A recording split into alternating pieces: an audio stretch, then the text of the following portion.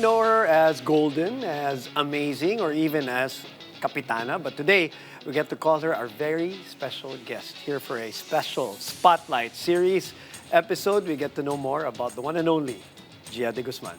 I'm Boom Gonzalez, and this is Starting Lineup. JD! Puts it on top and hits with nice attacker three. Gold medalist at the Olympic champion from Europe. We welcome here at Starting Lineup a two-time UAP champion, six-time PVL champion, a Japan V-League V-Cup champion, an AVC bronze, and now AVC silver medalist. Let's all welcome our captain, Jia De Guzman. Yeah! Oh my God, they all showed up! Hundreds of people in the studio. Jia, good to see you again. Thank you very much. You were here last week, of course, with the rest of the team. But now the spotlight is on you, which I know you hate. And knowing you, so let me just start by saying that I know you're always the kind who deflects attention, praise to your teammates or to everyone around you. So for you to sit down with me here, it's a big deal.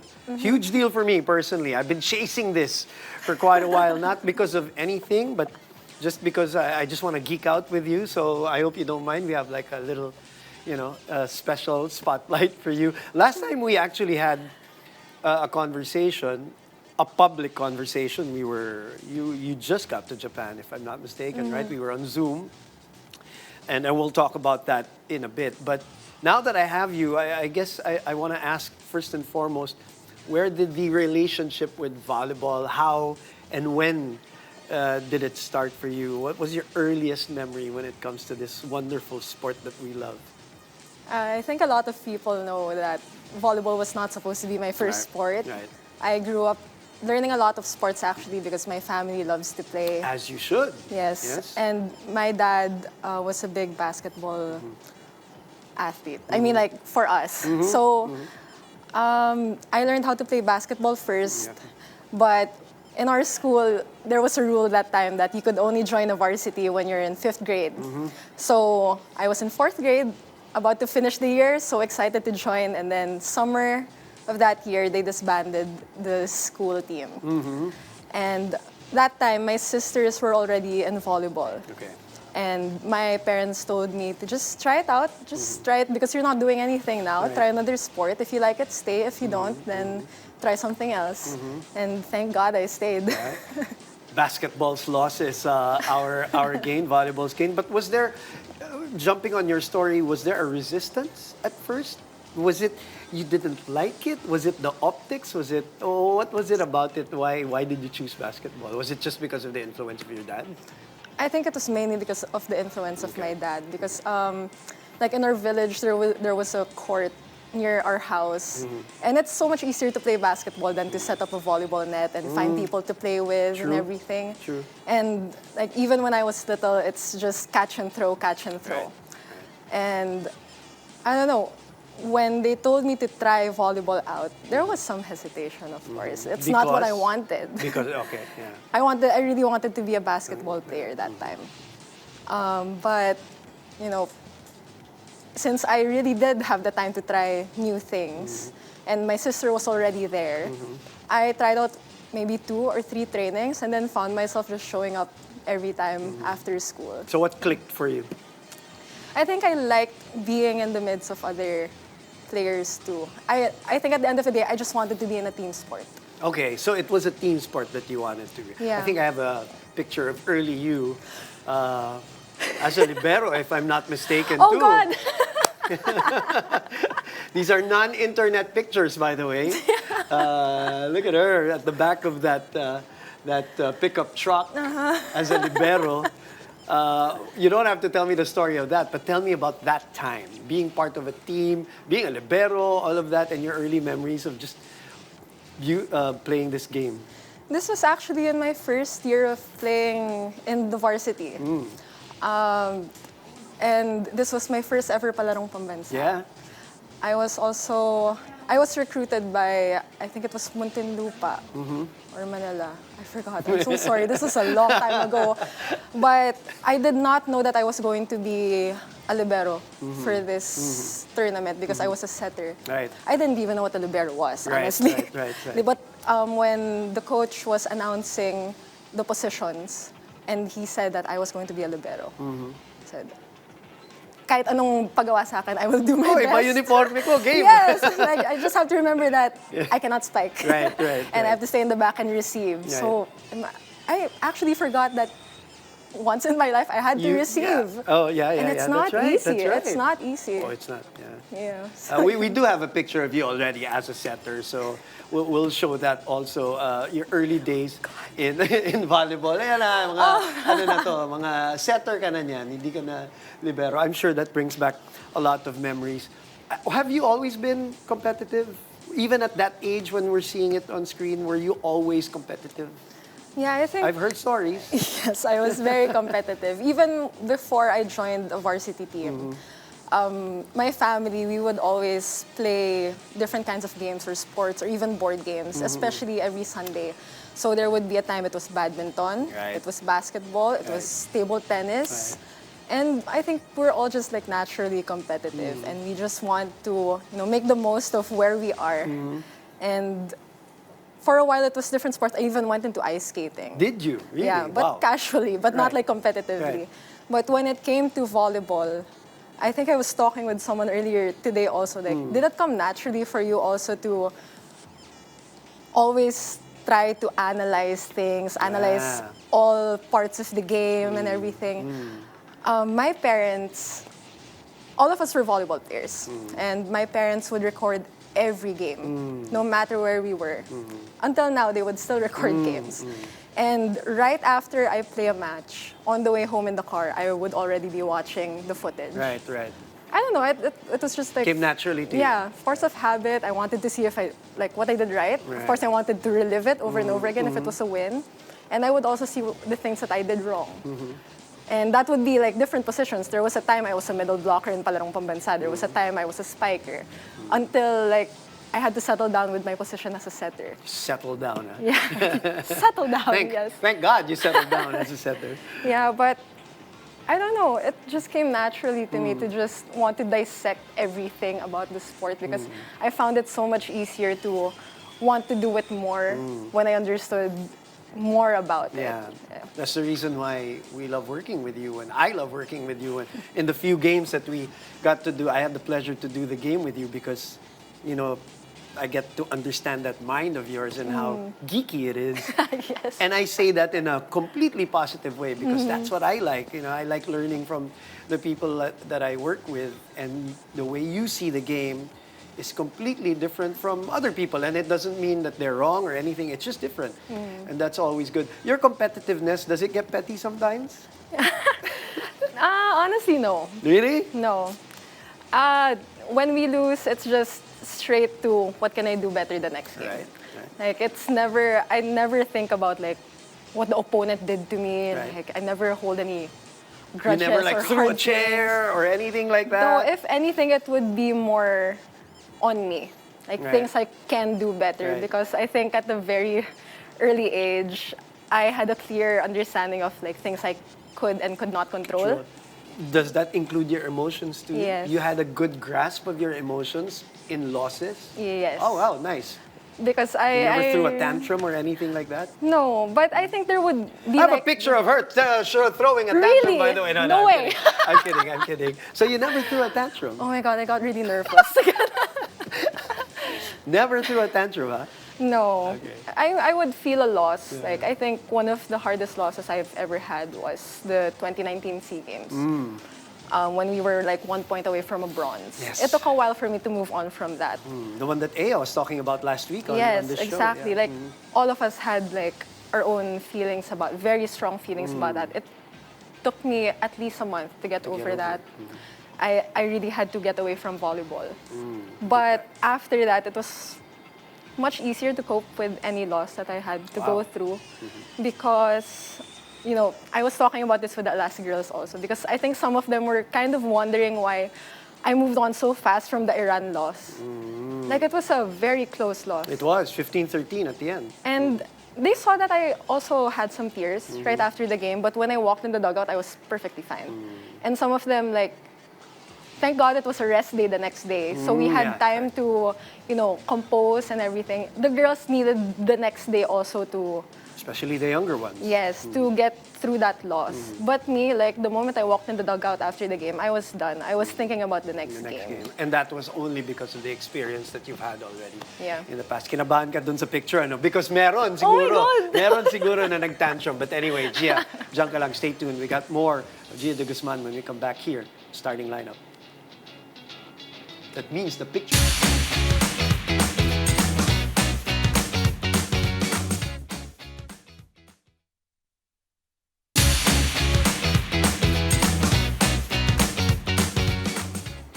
Welcome back. We're geeking out and having a wonderful conversation, a rare one also. That's why we love it with Jia De Guzman. We got her down here on the Spotlight series on Starting Lineup. You left us. You left us. You just abandoned us and you went to Japan. I'm kidding. But you did leave us. We talked the last time when you were there. Let's talk about that experience. I think I have also a photo of your first, when you just dropped in to Japan. I'm sure this is going to bring back a lot of memories. Yes. It's your first time, first day. Tell me about that picture. Tell me about that first time you stepped into a different world, basically, even if it's still volleyball. There were too many emotions to talk about that day talaga because I had an early morning flight going to Japan. And Miguel knows this, I was asleep the whole flight because I couldn't sleep the night before. Did you travel alone? No, I traveled with Miguel. Oh, so Miguel was with you. Yes, he was the one who took this picture. Yeah, I know. And I don't know, I think there was some anxiety also that I was going to leave for 9 months to play in a country whose like volleyball level I respected so much in a Division 1 team. Like, saying that now, I still can't believe that I went through that. And then when we arrived in the airport and I was waiting for our manager to pick us up, I was not talking the whole time because I knew I had to train or show up already the next day. And I think the general feeling was just like disbelief that I was living this dream that I never thought I would achieve. Like, to be a setter import. Oh God, here come the emotions. Yeah, so that's it. Did anybody hold you back in this dream of yours? Did anybody discourage you? We don't have to name names, but I'm just saying that was there any hesitation from anybody from your family? Don't do this. Come on. I mean, is there something like that? Or were you gung-ho about it? Or No, maybe you had actually, hesitations. I don't know. If anyone had hesitations, it was me. It was you. Okay. Yeah, because it really meant putting myself out of my comfort zone. Everyone who knows me very well knows that I always want to, level up. I always want to learn something. Correct. And what's the best way for me to learn? To put myself, in the lifestyle of the Japanese who are so good at what they do. Like the basics, like I always talk about the basics and they're so good at it. And whenever we would have like training camps from university or national team or club team, it would be in Japan. And I learned so much with just 2 weeks there. So now I'm going there for 9 months to live, eat, and breathe volleyball. Diba? It was a big change for me talaga.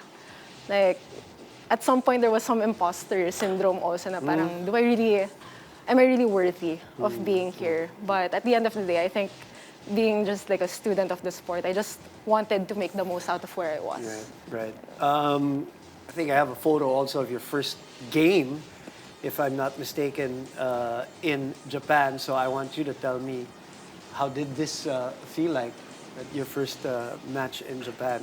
On the emotions, going to the match and actually playing the match. This was against NEC, the defending champions. Correct, yeah. So and you were playing against Olympians, if I'm not mistaken. Yes, correct? Yeah. against Olympians and with an Olympian also. Oh, correct, yeah. So That must be so overwhelming. I know. At first, like, it started from the warm-up.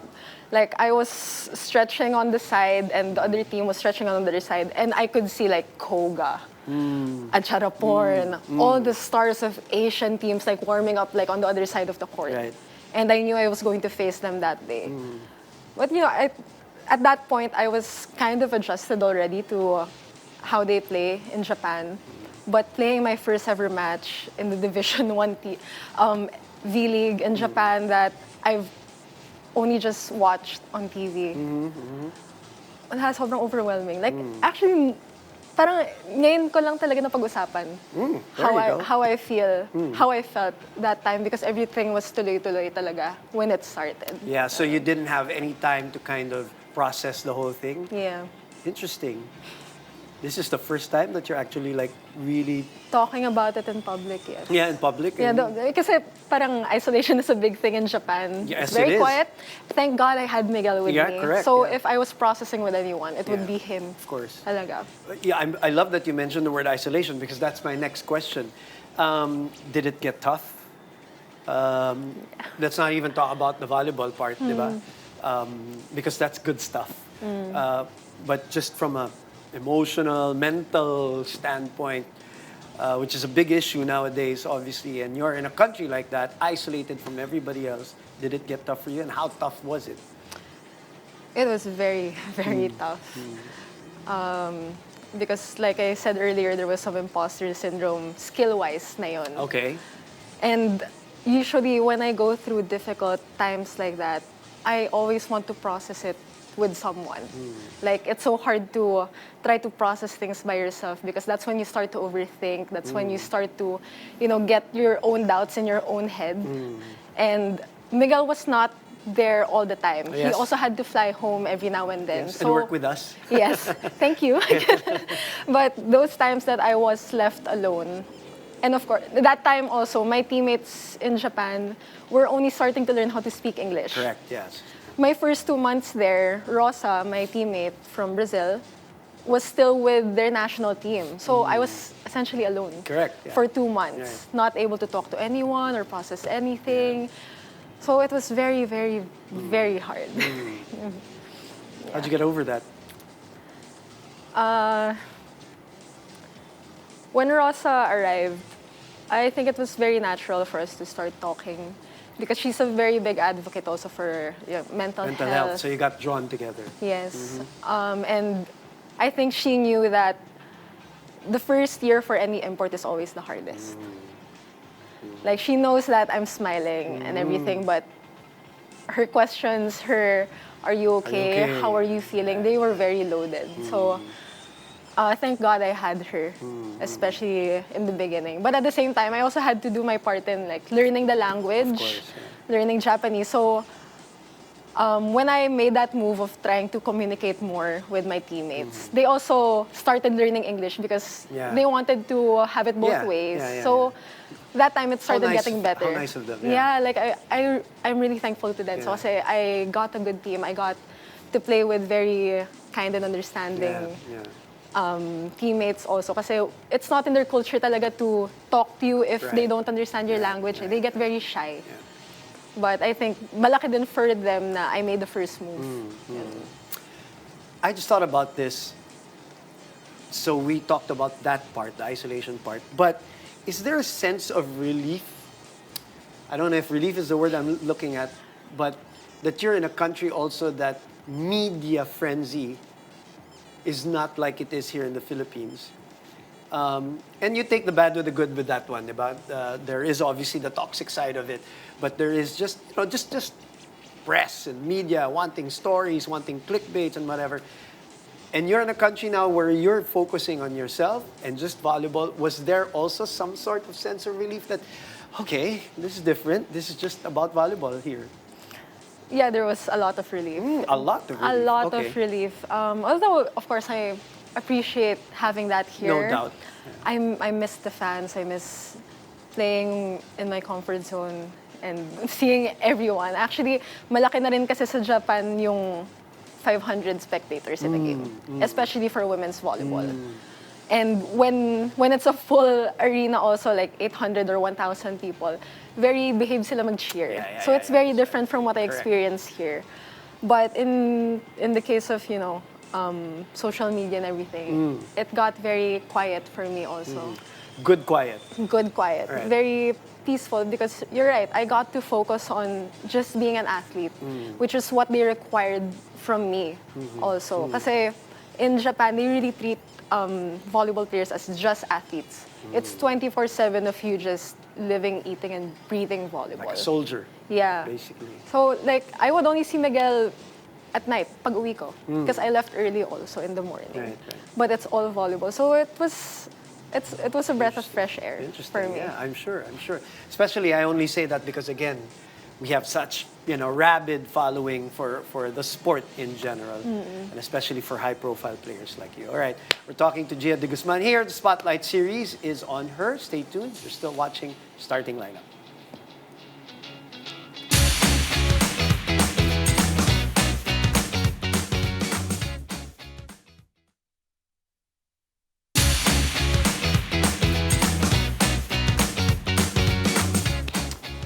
Back with us here one last time with Jia De Guzman for the Spotlight series. I always wondered, was there any chance that you were going to play again for Ateneo one last year? Were you, was that a final decision? I only asked that as a fan back then. And I'm sure you've heard me praise you so much already on TV back in the day. So when I found out that you were not playing anymore, I was kind of like robbed. I was robbed of my fandom. So what was the decision? Now that we're way detached from that. Way detached from that. Yeah. There was really no plan to. There was really no plan Okay. to come back for Right. my last year. Because before I committed to Ateneo, when I knew I was going to be a student athlete, I decided from that moment that I will only keep playing as long as I'm studying. Okay. And I really wanted to do my best to finish my studies on time because Right. I wanted to give myself that, Right. like, as someone who also wants to prioritize, my academics. Right. But at the same time, there was also a little bit of hesitation in that decision, especially when we didn't win the championship in my final year. That's, I think, what's shocking about it. No? The competitor that you are, parang, what? Really? You're gonna walk away from another chance to try to get back? But you say little hesitation. Yeah, very little hesitation because even before the year, my final year started, I knew what my decision was. Okay, yeah. I was just very quiet about it Right, because right. I That's knew good. I knew I was going to get a lot of That's good, yeah. feedback from people, and I knew my judgment was not going to be clouded naman eh. Even if I heard from people that I just wanted to live my final year in Ateneo in peace. Yeah, have a, protect your space. Yes. Yeah, your mental space. Yes, Yeah. and very little hesitation because I knew there was a next level to university level of volleyball. Right. I was very lucky. I'm very lucky to be living in a time na may professional volleyball Correct, na rin. yeah. Because when I was in grade school and high school, wala pa eh. Actually, kahit national team, very little opportunity, but that time eh, Yeah, after and university. it wasn't even, and I will get to this in a bit, it wasn't even as aspirational as it is now. Diba? It's sometimes incidental pa nga na parang, Yeah. are you available? Yes. Right? Because there wasn't really a program. I know I have a picture somewhere of you checking out the championship book of Ateneo with that special shoe there. I know that shoe has a little story. Yes. Right? Can you tell us about that? You checking out the book and That was my, actually, for my first championship in Ateneo, I was wearing Kobe 8s. Kobe 8s ba? Yeah, that color. Right. And now that I've signed again with Nike, I've signed with Nike, I wanted to relive that again. Yeah. So Miguel helped me make a shoe that copied the first ever championship shoe I had in Ateneo. para sentimental. Yes. Nice, really nice. I only have a few minutes with you, so I want to touch on Alas. But we don't have to break down games. We don't need to do that. I want to ask, with this young group of athletes, incredible athletes, a talent, have you discovered something about yourself that wasn't there prior to this Alas experience? that you're discovering with this new, whether it's a personality that you never thought you had or anything like that, because it's a different group. There's they're so energetic, they're so vibrant, and they're so out there also. Oh, what have you discovered, if there was any, for yourself? Let me think. Let me think. Or was it, baka naman wala rin, or you told me about how you are managing also, you're helping managing emotions of these young girls. In what way are you doing that? I think it's more of, I got a very good understanding now of why I had to go through so many things in my career. Kasi parang I feel like if I didn't, I don't think I would be, or kami ni Don would be doing such a good job. Like they say we're doing a good job in managing this team. Kasi there's so much firepower in this team. Like all of them are leaders in their own right. They've all had their own situations or experiences in championships and stuff like that. So they can carry themselves. Yung job ko naman as a captain is to try to manage that kind of emotion and try to steer it in a better direction. Kasi playing international, it's not for everyone.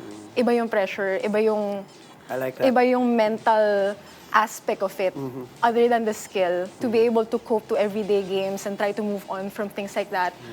I don't think I would be able to do that or guide them through that if I didn't go through it myself. Yourself, yeah. So, hindi naman sa may natutunan ako sa sarili ko, but I think it's just, I got a very good understanding of why I had to be put out of my comfort zone so many times before. And there were many times before also that I wanted out na of the national team. Ay, yun lang. Kasi mahirap talaga siya. But every time na may invite, parang you still feel like meron pa. Dami pa. God damn it. Huwag ka magalit. One last question. You're so big in terms of transfer of knowledge, transition of talent, just to break your tears. The common thing is, oh no, ano na mangyayari pag wala si Gia and all that. And that's not to say anything about all the other setters that we have here in the Philippines. But I'm sure you want also somebody to, learn as much from you. How do you teach what you know? Because you're golden for us. And there will be a day, obviously. Gia, not soon, hopefully, but how do you teach that? How do you pass this? Well, it helps now that the generation really makes it a point to ask questions. They ask good questions, which I really appreciate kasi there's so much to learn. But if they're very specific with what they want to learn and what they want to understand, it's easier to answer those kinds of questions.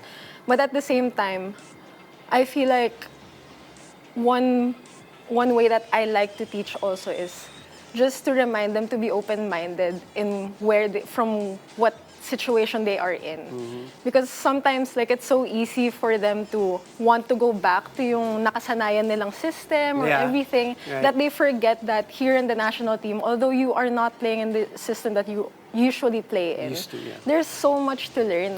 If you open your eyes, you open your ears, and you just live in the moment. Kasi even the best athletes in the world, they still learn something. Even if they've won everything, there is still so much to learn. Not just skill-wise, pero to be able to dissect a sport, you have to be fully present in it.